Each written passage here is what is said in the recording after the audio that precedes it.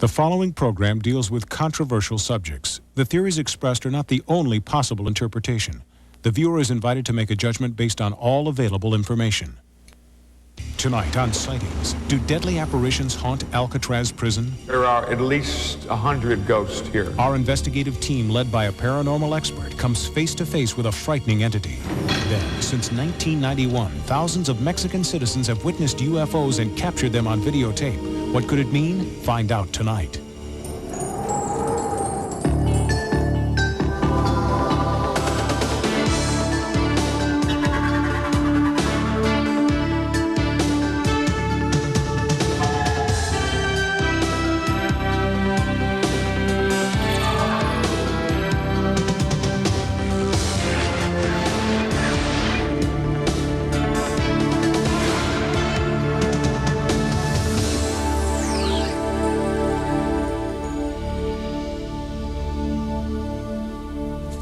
Welcome to Sightings. I'm Tim White.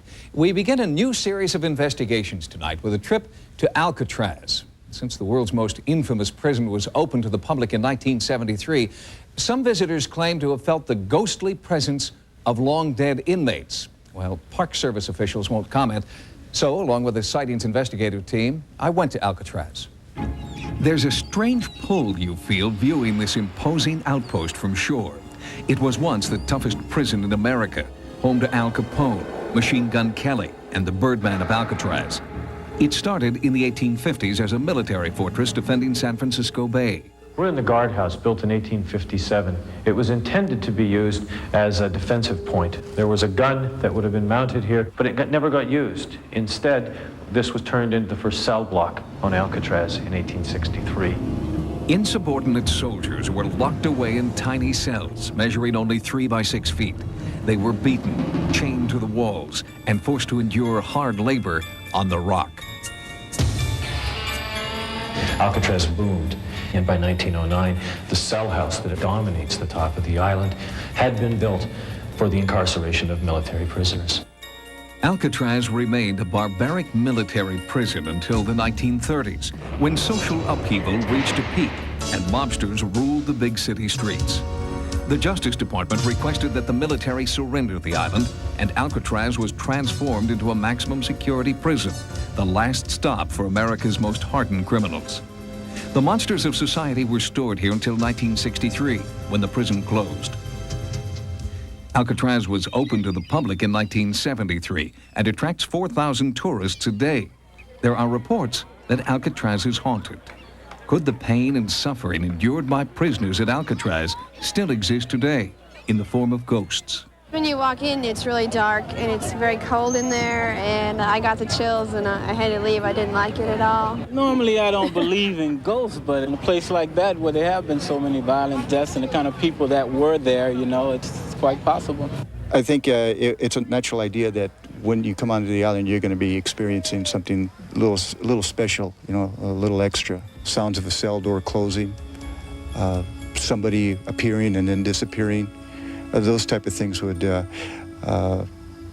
really send chills up your spine. Ray Polo, a former Park Service ranger on the island, claims many ghostly encounters have occurred. But for the past 19 years, the Park Service has refused to talk about reports that Alcatraz is haunted. Official policy about ghosts on Alcatraz is we would say that, in effect, well, maybe things had happened, maybe they didn't. It's just something that it wasn't officially sanctioned. Are there ghosts on Alcatraz? We asked nationally renowned psychic investigator Peter James to spend a night on the rock. I walked with Peter as he tried to communicate with what he calls entities inside Alcatraz. As we walked through the cell blocks, Peter began to hear what he felt were the voices of tortured spirits. Alcatraz was a place that drove men mad. Military prison. There's pain, and I'm in pain, and there's blood here. They couldn't break out of the prison.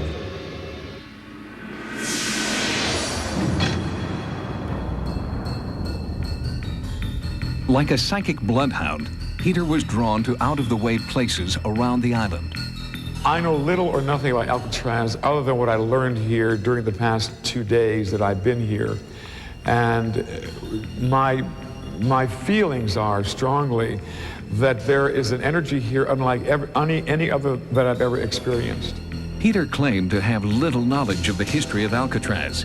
He said he let the spirits guide him, and they led him here to an area known as the Citadel.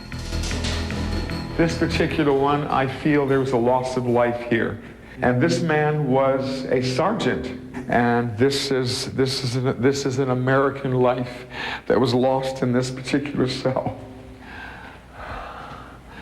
And I feel badly. I feel beaten. I don't feel that I lost life from gunfire. I lost life because of neglect.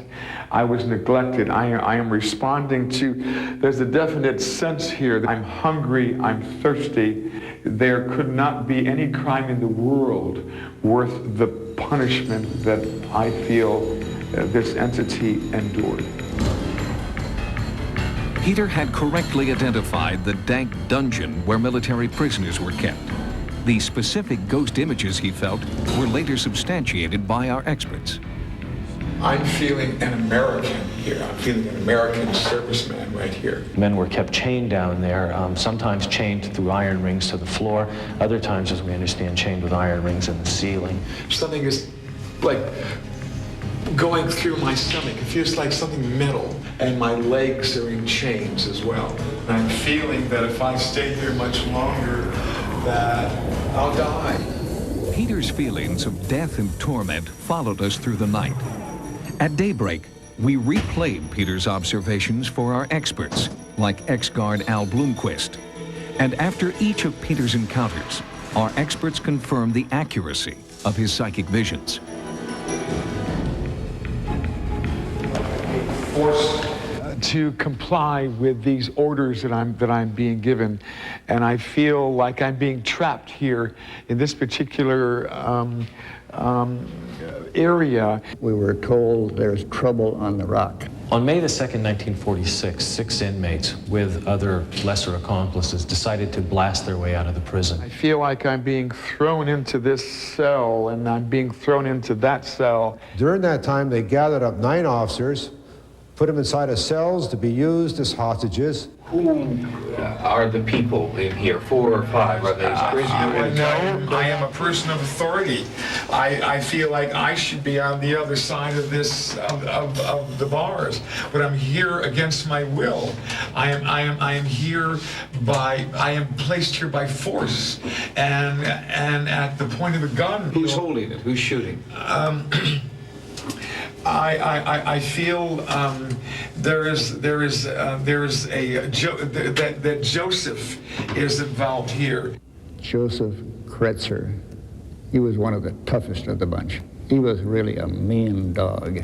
What does Joseph have to do with this? Joseph is keeping me captive here. Joseph is placing me here against my will. Where's Joseph? Joe Kretzer took the .45 automatic and started shooting these officers, innocent officers inside the cell. I'm sensing that Bill or William, lost his life here. Only one? Only one. 4 or 5 here. There are 4 here, but others are wounded. But I only feel one loss of life in this particular place. Whose voice are you hearing? I'm hearing William. There's a Bill or William. William Miller later died in the hospital in San Francisco. Other officers were very seriously wounded. The name starts with a C. Cecil Corwin had his lower jaw torn away. It's a wonder they weren't all killed in the spot. Alarms sounded. Military reinforcements arrived. The inmates fled to a utility corridor in C Block. 46 years later, Peter James led our cameras to the same, now dark, corridor.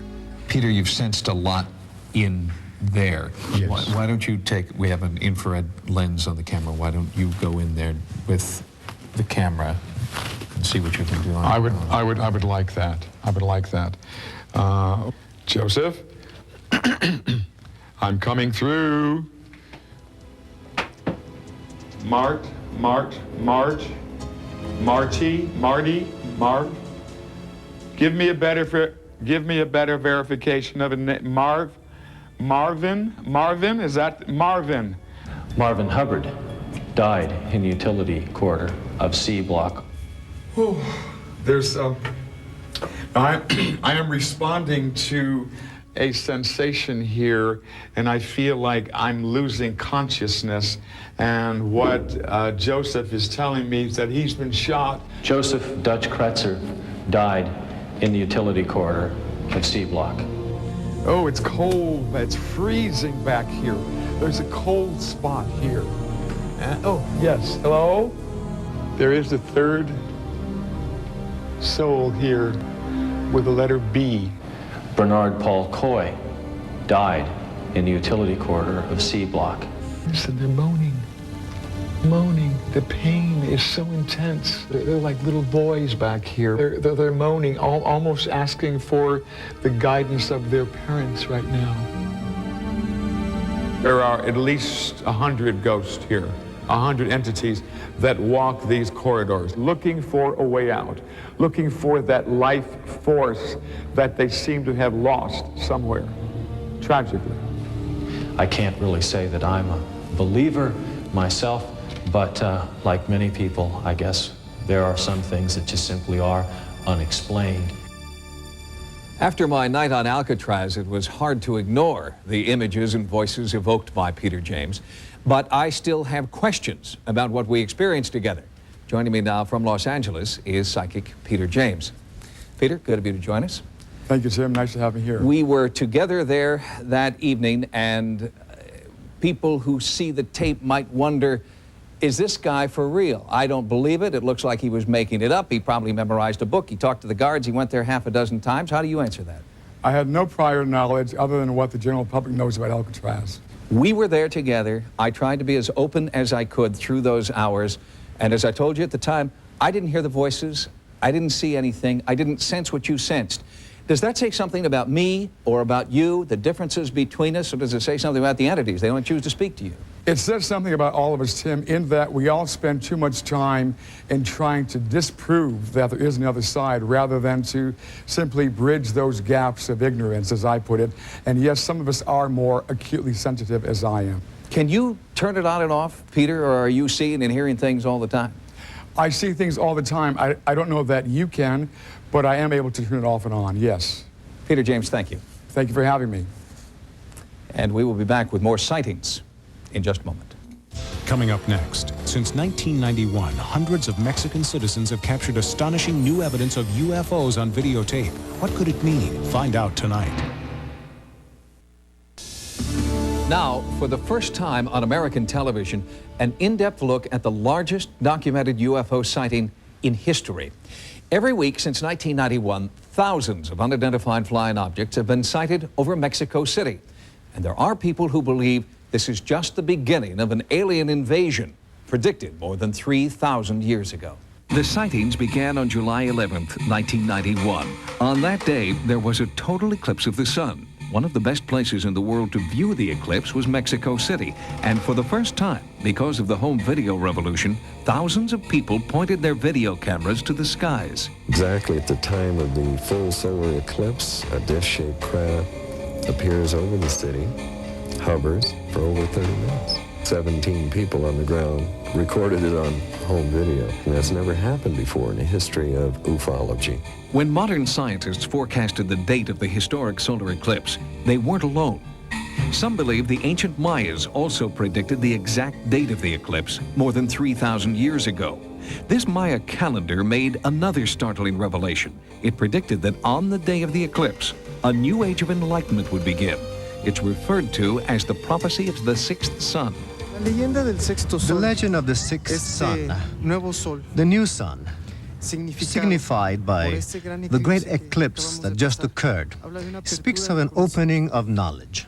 The sixth sun indicates precisely the moment of its arrival. Strangely, on the day of the eclipse, something did arrive in the skies over Mexico. Hundreds of those home video cameras that were shooting the eclipse got something completely unexpected. UFOs, unidentified flying objects, all videotaped by hundreds of different people. So far, more than 110 home videos have been verified as containing footage of unexplained craft. It may sound difficult to believe in a city with almost 20 million people that practically every afternoon you can see a UFO. Jaime Mason is one of the most respected television journalists in Mexico City today, hosting a Mexican version of 60 Minutes. Mason calls himself a former skeptic. During the last year, thousands, and I would say hundreds of thousands of people have witnessed UFOs. What I feel is important as an investigative reporter is the fact that the evidence presented was never questioned. The credibility of the witnesses was attacked, not the proof that they presented. People from all walks of life videotaped wave after wave of UFOs hovering in the sky. Sightings has obtained the exclusive U.S. rights to these historic tapes. One of the first to come forward with his home video was respected dentist Dr. Marco Antonio Rosas.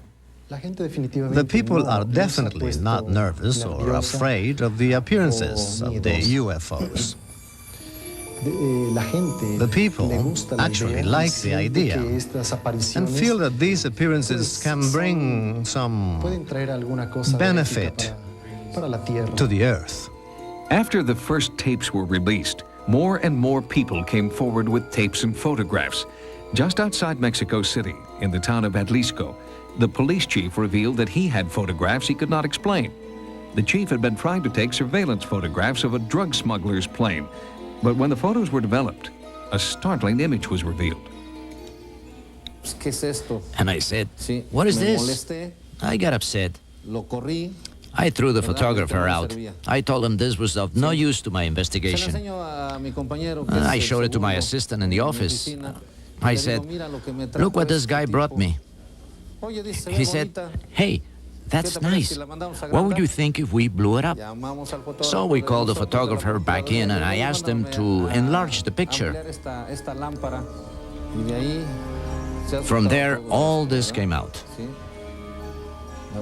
The truth is, I still don't know what's in that picture. It's a mystery to me. Since the eclipse, the UFO sightings have continued week in and week out, and the acceptance of the phenomena by government officials has made even the most reticent eyewitnesses willing to come forward. Padre Ferrer, a priest at a local Catholic church, has seen and recorded these mysterious UFOs. Christ speaks of his kingdom as not being from this world, that his angels would help him. But these writings are very dangerous and I don't like to use them. But I believe that there is a possibility. I believe there are a lot of possibilities. I came out to take a video of that pine tree against the light. When I came up, I saw the light appear over the mountain over there. It was not an ordinary light. It was blue and very intense. I've never been afraid of something like this. On the contrary, what I've been able to observe has been wonderful. Once a philosopher said, "If God is outside of the truth, I'll stay with the truth." So I feel there is no contradiction. Unlike the U.S., where UFO controversy most often takes place outside the media mainstream, the Mexico mass sightings are discussed openly on national television. Not everyone agrees the UFOs are extraterrestrial craft. But in Mexico, healthy debate on the true origin of these UFOs is encouraged. So, to rule out the possibility that these UFOs are conventional aircraft or an organized hoax, we had our videotape footage analyzed by David Froning, retired chief scientist at a major aerospace firm. As far as the pictures of in-flight videos, this is about as good as I've seen. They demonstrate a field propulsion and technology that's far beyond anything that I'm aware of that we have today. Most scientists look at these things as not that these are phenomena that violate known physical laws, it's just that they're phenomena that our known laws cannot explain right now. If these craft do defy the laws of physics as we know them, could they be alien spacecraft? Do they portend a visitation by an enlightened civilization, as some believe? Since our investigation, the sightings have gained international notoriety. 2 crews from Japan and a European team are there now. We'll keep you updated on their findings. Coming up next, a special Sightings UFO update. One of our viewers captures startling footage of a UFO from his backyard in Southern California. The unprecedented documentation of sightings in Mexico demonstrates that home video cameras are revolutionizing the study of UFOs. Just recently, one of our viewers captured a UFO on tape and immediately sent it to us. But when we first seen it, it was towards that area over here to the west, and it was moving real slowly, hovering and stopping, hovering, stopping. When it got to about this area here, it just zoomed that way real fast, and it stopped and just started blinking on and off. The Rosas family was enjoying an evening swim at their home in Fontana, California, when this UFO appeared to hover over them for about 4 minutes. Look, it's moving fast now, isn't it? It has 4 spots, Grandpa. Look at... Santos Rosas describes the object as a glowing orange, square-shaped craft. There's no way it could have been a helicopter or an airplane because it didn't have no strobe lights on it, and it didn't make no noise. To me, it was a UFO because there was no jet. There wasn't a helicopter. I know that. Well, we were stunned because we'd never seen anything like this before. And all my grandsons and my daughter and my wife, they couldn't believe it. I couldn't believe it. I still don't believe it. Is this light a UFO? The Fontana Police Department couldn't explain it, and a call to military bases operating in the area would not identify this sighting as a military craft. If you've videotaped what you believe to be a UFO, or if you've had any type of unexplained paranormal experience you'd like to share, our Sightings investigative team wants to know. To report your sighting, please call 1-900-740-SIGHT, 1-900-740-SITE. The call costs 75 cents per minute. Average call lasts 2 minutes. The number again to report your paranormal experiences, 1-900-740-7483. Must be 18 years or older. Join us next time for new investigations. For Sightings, I'm Tim White. Good night. Tomorrow, an amusement park accident leaves a woman hanging from a cable high atop a Ferris wheel. See actual footage of emergency crews trying to reach her before it's too late on Code 3. Right after a full hour of Cops tomorrow. Now, stay tuned for more Sightings next.